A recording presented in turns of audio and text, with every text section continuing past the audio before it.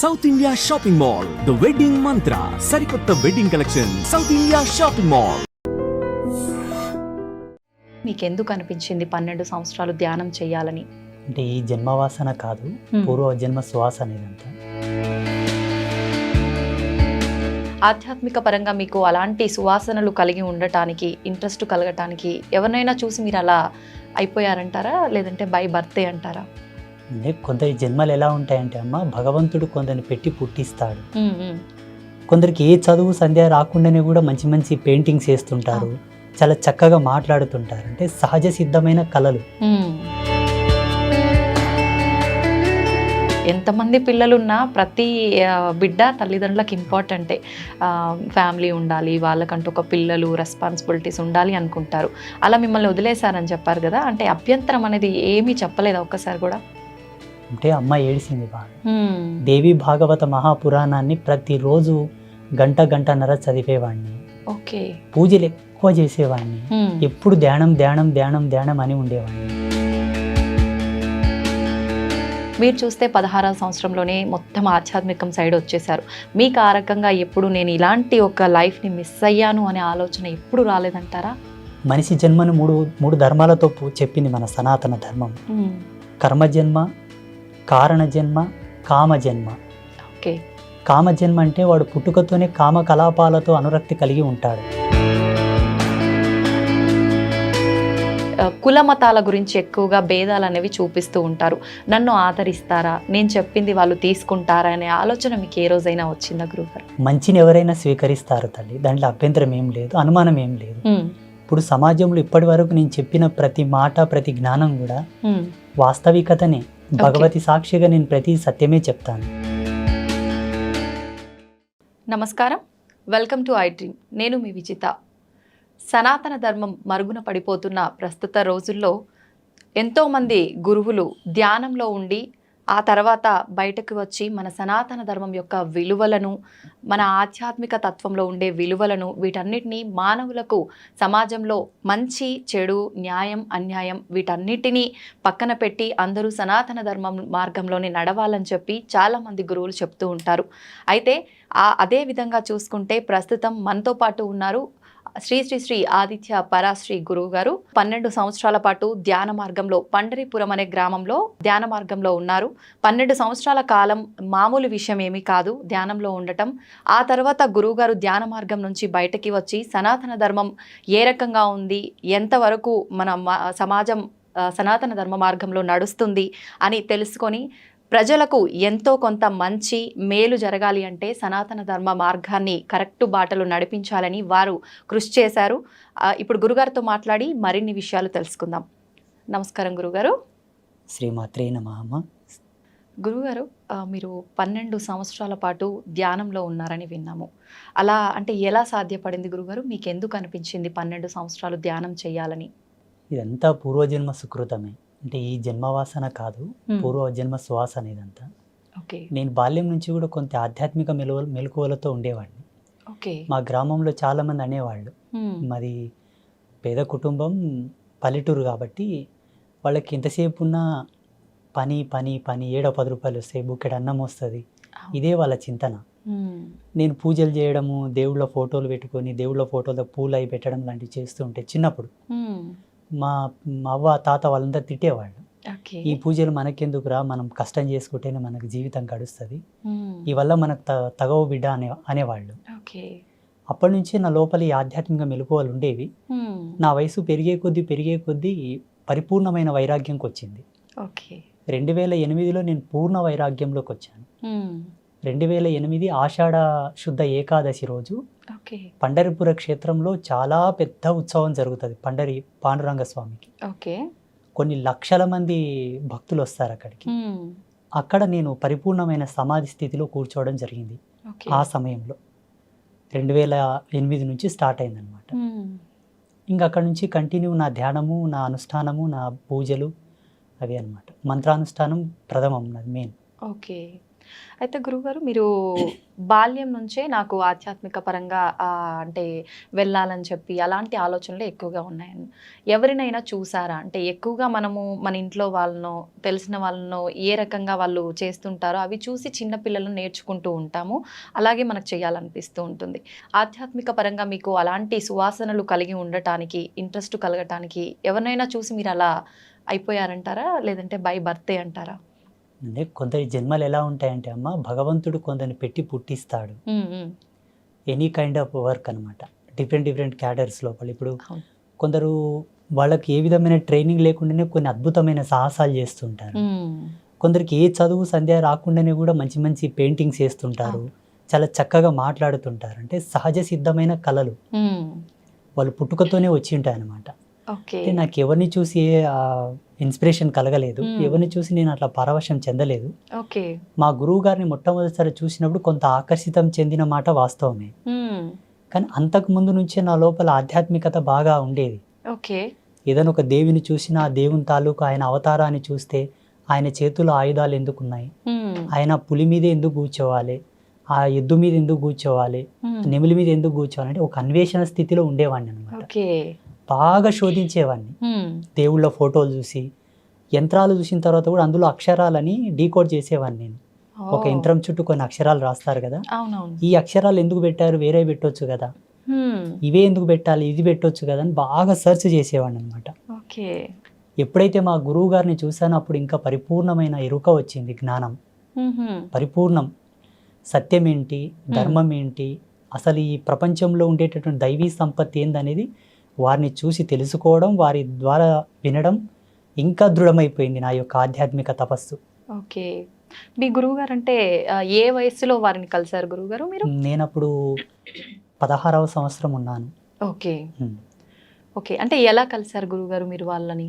మేము వలసదారులు అనమాట, మా కుటుంబం మొత్తం కూడా. ఓకే. పండరిపుర క్షేత్రానికి వలస వెళ్ళాము మేము కూలి పని కోసం. ఓకే. నేను నా కూలి పని చేసుకుంటూ ఉండే సమయం లోపల మా గురువు గారి పల్లకి సేవ వెళ్తూ ఉండేది. సంత్ రాజారాం కైకాడి మహారాజ్ అంటే పండరిపుర క్షేత్రంలో చాలా ఫేమస్ మఠం అది. ఓకే.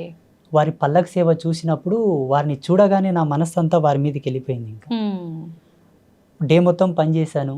సాయంత్రం వారి దగ్గరికి వెళ్ళి కూర్చొని, నాకు కొంచెం మరాఠీ వస్తుంది, మరాఠీలో నేను వారితో మాట్లాడాను. స్వామీజీ, నాకు ఇట్లా ఆధ్యాత్మిక అన్వేషణ ఉన్నది, కొన్ని ఆధ్యాత్మిక అనుభవాలు కలుగుతూ ఉన్నాయి, దీన్ని నివృత్తి చేయండి అని అడిగాను. వారు రెండు మాటలు అన్నారు. నీ జీవితం ఇది కాదు, నువ్వు ఇందులో ఉండడం కరెక్ట్ కాదు, మీ తల్లిదండ్రులను తీసుకొని రా, నేను కొన్ని విషయాలు చెప్తానని అన్నారు. మా అమ్మతో మా నాన్నతో చెప్పాను, వాళ్ళు వచ్చి కలిశారు. ఈ అబ్బాయితో గనక మీరు పని చేయిస్తే ఒక గోవుతో సేవ చేసుకున్నట్లనే నీ కొడుకు కాదు అని వదిలేసే అని చెప్పారు. వారు ఏమన్నారంటే, నువ్వు లోక కళ్యాణం కోసం పుట్టావు నాన్న, ఈ సంసారంలో నువ్వు ఉండేది కాదు. ఎందుకోసం అంటే నీకు ఒక అన్న ఉన్నాడు, ఒక తమ్ముడు ఉన్నాడు, ఇద్దరు ఉన్నారు సంసారానికి, ఇద్దరు అక్కలు ఉన్నారు, ఇద్దరు చెల్లెళ్ళు ఉన్నారు, నీ కుటుంబానికి ధర్మం ఉంది, నువ్వెందుకు ఇక్కడ, నీ ధర్మం ఇది కాదన్నారు. నేను అప్పుడే కలిశాను వారిని. మరుసటి రోజే మా అమ్మ నాన్న తీసుకొని వెళ్ళాను. నా బయోడేట్ ఎలా చెప్పగలిగాడు ఆయన? నాకు అన్న ఉన్న సంగతి, తమ్ముడు ఉన్న సంగతి, అక్క చెల్లెలు ఉన్న సంగతి అసలు ఆయనకు పరిచయమే లేని నేను. అంత దివ్య దృష్టి ఉంది వారికి. ఇంకా అప్పటి నుంచి మా అమ్మ నాన్న నన్ను వదిలేశారు. అప్పటి నుంచి పరిపూర్ణ ఆశ్రమ ధర్మంలోకి వచ్చేసాను. ఇంకా ఇప్పుడు ఎప్పుడైతే వారు నా గురించి చెప్పారో అప్పుడు నాకు పూర్త అంటే ఆలోచన అనేది మారిపోయింది కంప్లీట్గా. ఓకే. ముందుగానే మీరు ఆధ్యాత్మిక పరంగా కొంచెం ఇంట్రెస్ట్ ఎక్కువగా ఉంది కాబట్టి గురువుగారు ఆ మాటలు చెప్పగానే, కానీ గురువుగారు మామూలుగా మీకుంది ఓకే, కానీ పేరెంట్స్ ఎక్కువగా సపోర్ట్ చెయ్యరు. అదేంటి, నాకు ఎంతమంది పిల్లలున్నా ప్రతి బిడ్డ తల్లిదండ్రులకు ఇంపార్టెంటే, ఫ్యామిలీ ఉండాలి, వాళ్ళకంటూ ఒక పిల్లలు రెస్పాన్సిబిలిటీస్ ఉండాలి అనుకుంటారు. అలా మిమ్మల్ని వదిలేశారని చెప్పారు కదా, అంటే అభ్యంతరం అనేది ఏమీ చెప్పలేదా ఒక్కసారి కూడా? అంటే అమ్మ ఏడిసింది బాగా, అమ్మ ఏడిసింది, నాన్న కూడా బాధపడ్డాడు. ఓకే. ఇంకా వాళ్ళు అర్థం కూడా చేసుకున్నారు నేను చేసే పనులు అట్లా ఉండేవి. దేవి భాగవత మహాపురాణాన్ని ప్రతిరోజు గంటన్నర చదివేవాడిని. పూజలు ఎక్కువ చేసేవాడిని. ఎప్పుడు ధ్యానం ధ్యానం ధ్యానం ధ్యానం అని ఉండేవాడిని. కొన్ని సందర్భాల్లో పని చేస్తున్నప్పుడు కూడా అలాగే ధ్యానంలోకి జారుకునేవాడిని. వాళ్ళు చూశారు నా చేష్టలన్నీ. ఈ స్వామీజీ చెప్పిన మాటలకు నేను జీవించే జీవన విధానానికి వాళ్ళకి అర్థమైపోయింది. వీడు చేసే పనులు అలాగే ఉన్నాయి, ఈయన చెప్తుంది కూడా వాస్తవమే కాబట్టి ఇది సత్యం, ఇంకా దీంట్లో అనుమానం ఏమీ లేదని వాళ్ళు మనసును దృఢం చేసుకున్నారు. ఇంకా దృఢం చేసుకొని ఇంకా వదిలేశారు నన్ను కంప్లీట్గా. ఓకే గురుగారు, మామూలుగా చిన్న ఏజ్ అనగానే ఆడుకోవటం, పిల్లలతో కలిసిమెలిసి తిరగటము ఇలాంటివి చాలా ఉంటాయి. కొంచెం వయసు పెరిగే కొద్దీ ఎన్నో రకాల కోరికలు, ఇలా ఉండాలి అలా ఉండాలి అని చాలా రకాలుగా ఉంటుంటాయి. మీరు చూస్తే 16వ సంవత్సరంలోనే మొత్తం ఆధ్యాత్మికం సైడ్ వచ్చేసారు. మీకు ఆ రకంగా ఎప్పుడు నేను ఇలాంటి ఒక లైఫ్ని మిస్ అయ్యాను అనే ఆలోచన ఎప్పుడు రాలేదంటారా? ఇక్కడ మనకు జన్మవాసనను 3 విధాలుగా 3 భాగాలుగా చెప్పవచ్చు. మనిషి జన్మను మూడు ధర్మాలతో చెప్పింది మన సనాతన ధర్మం. కర్మజన్మ, కారణ జన్మ, కామజన్మ. ఓకే. కామజన్మ అంటే వాడు పుట్టుకతోనే కామకలాపాలతో అనురక్తి కలిగి ఉంటాడు. ఎవరిని చూసినా మనకు అదే దృష్టి ఉంటుంది, కామ దృష్టి వెళ్తుంది అనమాట, స్త్రీ కానీ పురుషుడు కానీ. కర్మజన్మ ఏంటంటే ఎన్ని పనులు చేసినా ఆయన కలిసి రాదు, ఎంత కష్టపడ్డా కలిసి రాదు, ఎంత ప్రయత్నం చేద్దామన్నా కర్మ తీరదు, ఇంకా కర్మ చేయాల్సి వస్తుంది ఆయన. ఆయన పుట్టి తన తల్లిదండ్రులతో సేవ చేయించుకునేటటువంటి వాళ్ళు కూడా కర్మజన్మ కిందికే వస్తారు, కర్మజన్మ కిందికే వస్తారు. కారణ జన్ములు ఏంటంటే వాళ్ళకి బై బర్త్ నుంచే ఆధ్యాత్మిక మెలుగువలతో పుడతారు వాళ్ళు, పుట్టుకతోనే. ఇప్పుడు బ్రహ్మం గారు ఉన్నారు, ఆయన బై బర్త్ నుంచే అద్వితీయమైనటువంటి జ్ఞాన సంపన్నులు వాళ్ళు. అసలు మానవ మాతృలు ఎవరు కూడా అంతటి జ్ఞానంతో ఉన్నట్టు ఇప్పుడు చరిత్రలో లేదు. అపారమైనటువంటి జ్ఞాన సంపన్నులు వాళ్ళు. అట్లా మహితాత్ముల జన్మలు సామాన్యుల జన్మలు సమానం కావు. నేను పుట్టుకతోనే మా ఊళ్ళో చాలా మంది ఇప్పటికీ బిజ్వార గ్రామంలో అడిగినా కూడా ఆ అబ్బాయి కొంత డిఫరెంట్గా ఉండేవాళ్ళు అండి, అందరితో సమానం ఉండేవాడు కాదు, అందరు ఒక పని చేస్తే తను ఒక్కడే సపరేట్ చేసేవాళ్ళు అని చెప్తారు. అయితే గురువుగారు, మీ అంటే వేషధారణ విషయానికి వస్తే, స్వామీజీలు అనగానే మామూలుగా మగవారు ఏ రకమైన దుస్తులు ధరిస్తారో ఆ రకంగా ఉంటుంటారు నార్మల్గా. మీ వస్త్రధారణ చూస్తే కనుక కొంచెం ఆడవారికి సంబంధం కలిగి ఉన్నట్టుగా ఉంటుంది. ఎందుకని ఈ రకంగా మీరు వస్త్రధారణ ఎంచుకున్నారు? మాది కౌడిధారి పంత్, అంటే ఈ గవ్వలు ఉన్నాయి కదమ్మా, అవును, దీన్ని కౌడిధారి పంత్ అంటారు. శ్రేష్టమైన మూల శ్రీ విద్య, ఇది స్త్రీ యొక్క యోని స్వరూపమై ఉంటుంది. స్త్రీ యొక్క యోని స్వరూపం ఈ గవ్వ, దీని మెడలో ధరించి, ఇది ఏకవస్త్రం తల్లి, కుట్టని బట్ట ఒకే వస్త్రాన్ని అలా చుట్టుకుంటాం. ఇది ఒక్కటి తప్పిస్తే శరీరం మీద ఏది ఉండదు మాకు, ఏకవస్త్రం ఇది. ఇంకా మా వేషధారణ, మా ఈ ఉంగరాలి వల్ల అంటే శ్రీ విద్య సాధనలో మేము చేసేటటువంటి కొన్ని ప్రక్రియలకు ఆబంధనాలు, ఒక్కొక్క దానికి ఒక్కొక్క పరమార్థం ఉంది. అవి మేము చేసే సాధన లోపల మాకు ఎంతో సపోర్ట్ చేస్తాయి. మా శరీర నియంత్రణ, మేము చేసేటటువంటి ఆధ్యాత్మిక మెలుగువల్లో మాకు బాగా ఎనర్జీ బూస్ట్ చేస్తుంటాయి. ఒక్కొక్క దానికి ఒక్కొక్క మంత్రానుష్ఠాన పరిదిగ్బంధన కూడా ఉన్నది.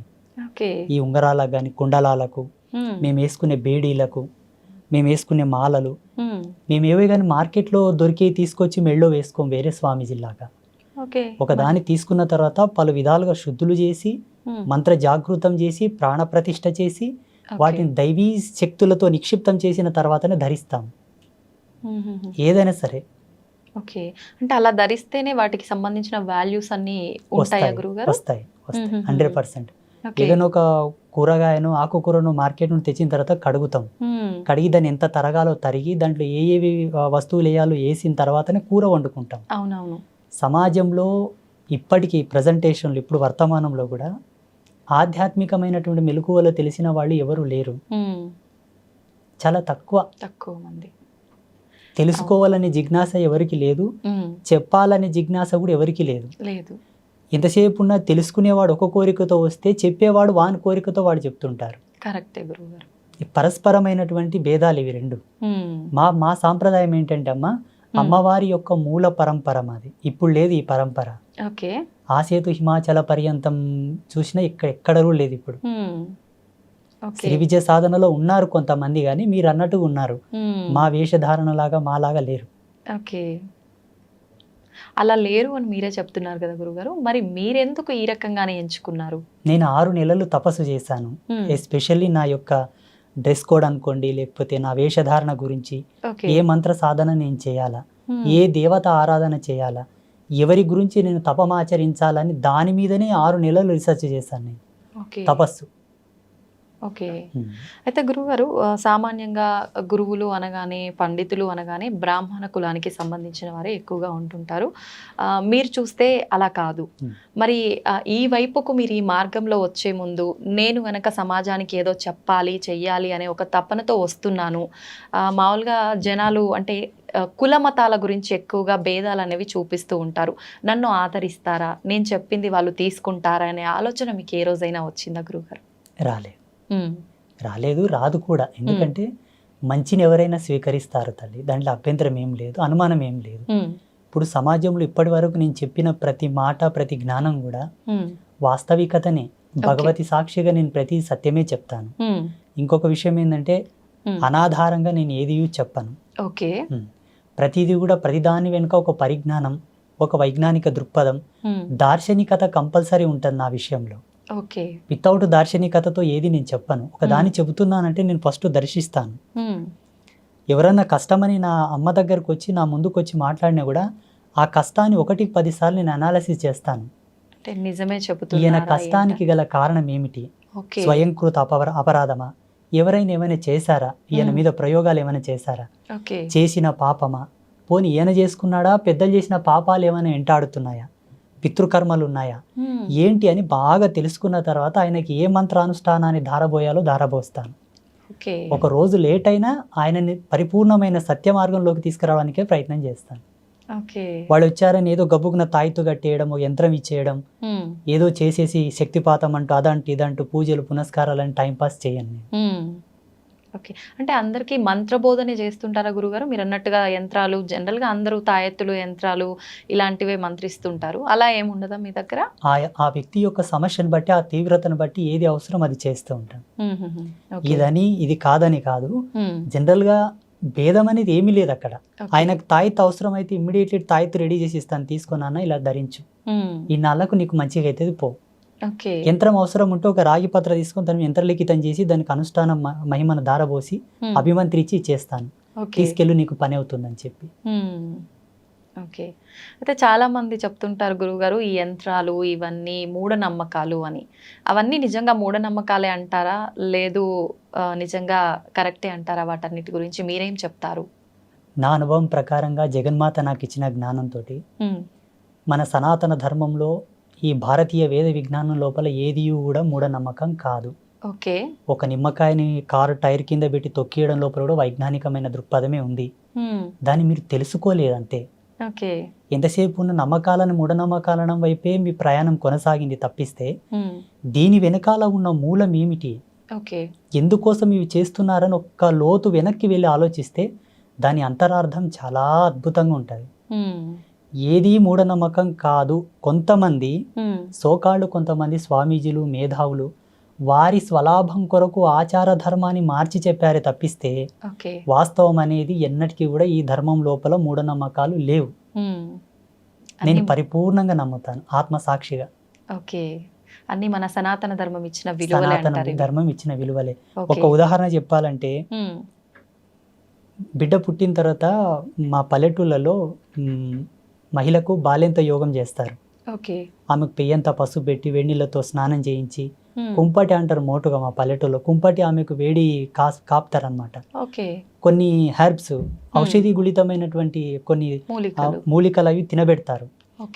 అవి తినబెట్టడంలో కూడా ఆధ్యాత్మికతమైన విలువలు కొన్ని ఉన్నాయి. మా పెద్దలు చెప్పేవాళ్ళు, ఈ వేరుని ఇదే సమయంలో తీయాల బిడ్డ, అట్లయితేనే పనిచేస్తుంది అది. మేము తీసి ఆల్రెడీ స్టోర్ చేస్తాము, ఎవరైనా కాన్పు అయితే వాళ్ళకు ఉడకబెట్టి తినబెడతాం.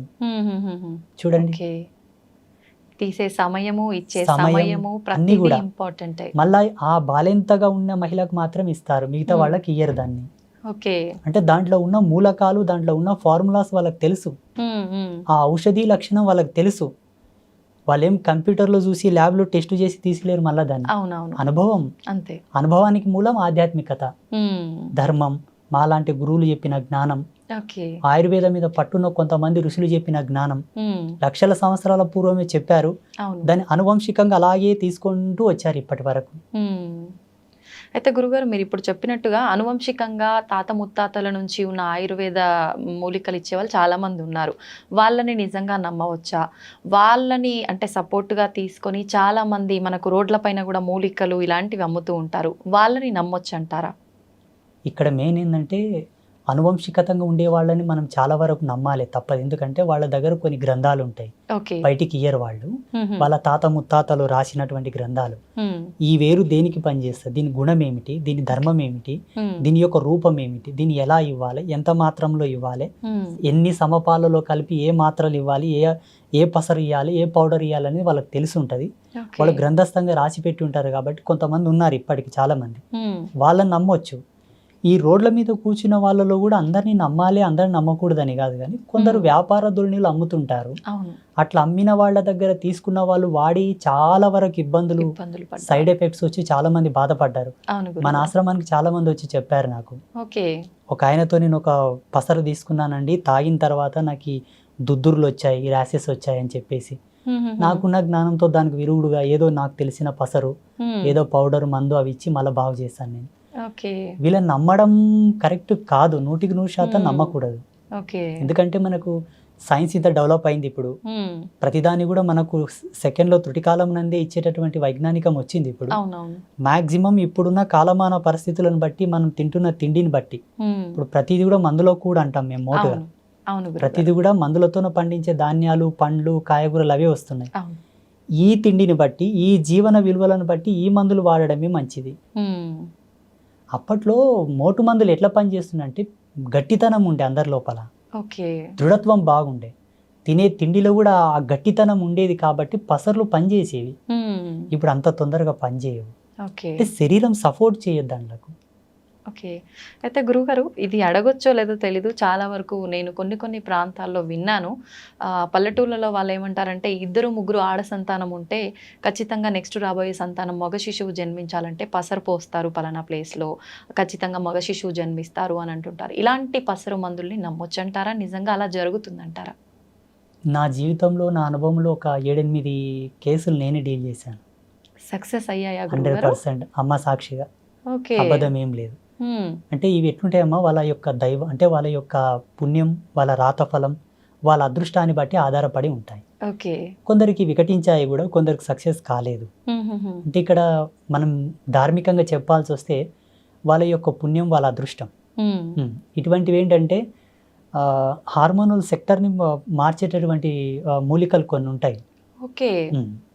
స్త్రీ ఎప్పుడైతే పిండోత్పత్తి గావించే సమయం లోపల, ఆమె సంతానవతి కావడానికి రెడీగా ఉన్న సమయం లోపల ఆ పసర్లు తాపడం వలన తప్పకుండా పురుష సంతానానికి సంబంధించినటువంటి సంపర్కమే, ఆ కలయిక వలన అదే హార్మోన్స్ రిలీజ్ అయ్యి అదే హార్మోన్స్ వల్ల వాళ్ళకి పిండోత్పత్తి అవుతుంది అని అప్పట్లో ఆయుర్వేదంలో చాలా గొప్పగా రాసి ఉన్నారు.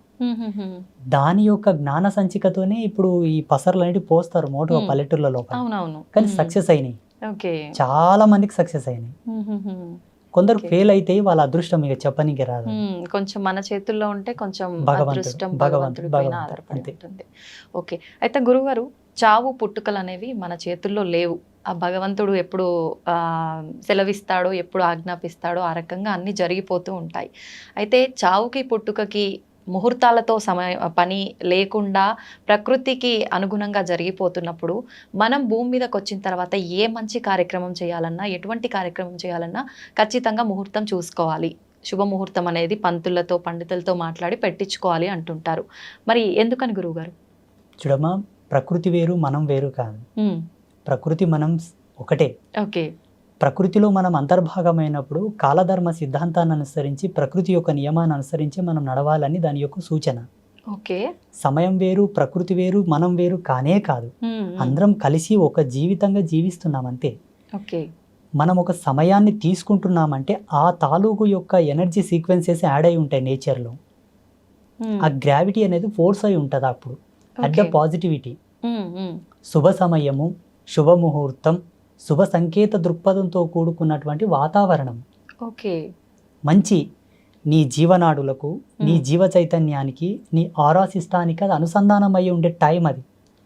ఉదాహరణకి సూర్యోదయం లోపల ప్రశాంతంగా చల్లగా ఉంటది వాతావరణం. అవును గురుగారు. మధ్యాహ్నానికి ఆ వాతావరణం ఉండదు కదా. ఉండదు. అంటే ఏం మారినట్టు? సూర్యుని యొక్క తాపం పెరిగి వేడి ఎక్కువ ఉత్పన్నం అయ్యింది కాలంలోనే. అవునవును. ఇదే కాలంలోనే మార్పులు జరుగుతున్నాయా లేదా? అలాగే ఋషులు యొక్క ద్రష్టత్వం, ఋషుల యొక్క దార్శనికత ఇక్కడనే మనకు గొప్పతనం అని తెలుసుకోవాలి మనం. భారతీయ ఋషుల యొక్క గొప్పతనం. ముహూర్తాన్ని ఛేదించి ముహూర్తం యొక్క నిశ్చయం చేసేటటువంటి ఏకైక గణాంక సిద్ధాంతం మనదే. హిందూయిజంలోనే ఉంది, ఎక్కడ లేదు. ముహూర్త ప్రమాణాన్ని అంత ఈజీగా లెక్క కట్టడం అందరికి సాధ్యం కాదు. చాలా సెన్స్ కావాలి దానికి. అబ్బా ఎంత తపస్సు చేయాలో. ఇప్పుడు కాలంతో మాట్లాడాలి తల్లి లైవ్ గా. కాలంతో లైవ్ లో మాట్లాడితే తప్ప ముహూర్త నిశ్చయం కాదు.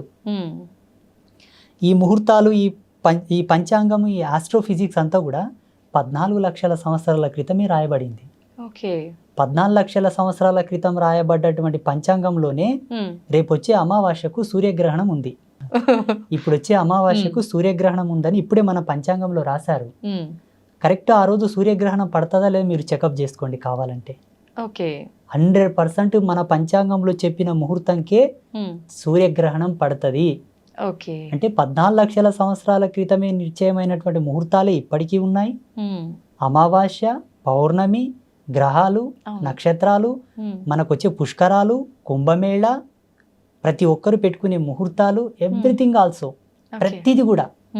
అంటే ఇది ఎంత డెప్త్ సైన్స్ అంటే అమ్మ, మానవుడు కొన్ని లక్షల యోజనాల కిందికి వెళ్తే తప్ప ఈ అర్థం మనకు రాదు.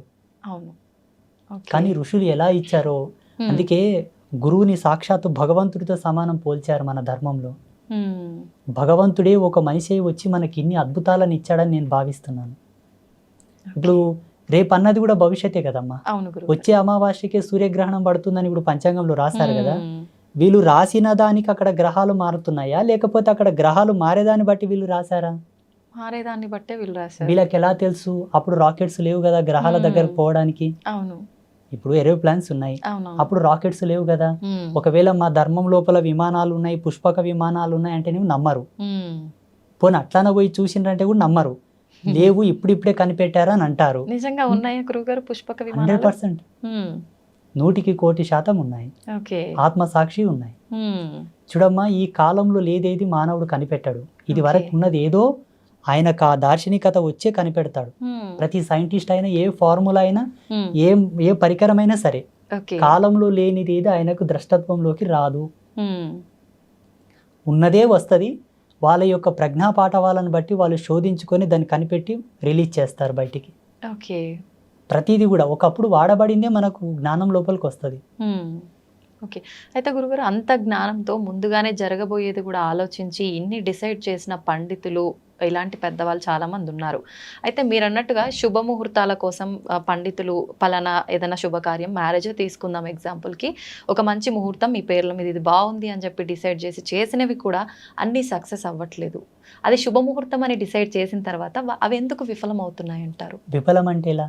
అంటే సక్సెస్ అవ్వకుండా డివోర్స్ వరకు వెళ్ళటము, మధ్యలోనే విడాకులు అయిపోవడము, లేదంటే కలిసి ఉన్నా కూడా వాళ్ళిద్దరికి పడకుండా చీటికి మాటికి గొడవలు, ఇలా చాలా చూస్తుంటాం కదా గురుగారు. ఎందుకు అలా అవుతున్నాయి? కాలం అంటే 5 ఎలిమెంట్స్: భూమి, నిప్పు, నీరు, గాలి, ఆకాశం. ఈ 5 ఎలిమెంట్స్ యొక్క సమ్మేళనమే కాలం. టైంకి ప్రత్యుత్తరమైన రూపమే ప్రకృతి. ఈ ప్రకృతి పంచభూతాలు, పంచభూతాలే కాలం. ఇవేవి వేరు కాదం, అన్ని ఒకే సర్గా. అయితే పంచభూతాల ప్రమోదంగా వచ్చేటటువంటి ఆ యొక్క పాజిటివిటీ ఏదైతే ఉందో అది నీ జీవధర్మ సిద్ధాంతానికి అనుసంధానం కావాలని ముహూర్తం ఉంది. ఇక్కడ ఒకరినొకరు అర్థం చేసుకొని కాపురం చేయనికి చేతగాక హోదాలు అడ్డం పెట్టుకొని, డబ్బు అడ్డం పెట్టుకొని, నీ జాబ్ తక్కువ నా జాబ్ ఎక్కువ, నీవు నాతో కలిసి అంటే వ్యక్తిగత భేదాలు పెట్టుకొని విడిపోవడానికి ముహూర్తానికి సంబంధం లేదు. ప్లీజ్. ఇది వ్యక్తుల యొక్క సహజ సిద్ధమైన నిర్మాణంలో జరిగే కాపురాలి వల్ల. దీనికి కారణం ఏంటంటే ఇప్పుడున్న సామాజిక రుగ్మతలు, ఒకరితో ఒకరిని పోల్చుకుంటున్నారు. ఆ పోలిక వల్ల విభేదాలు వచ్చి విడిపోతున్నారు చాలా మంది. ఇంకొంత సర్దుకోవడం లేదు, ఓపికలు లేవు మన వాళ్ళకి.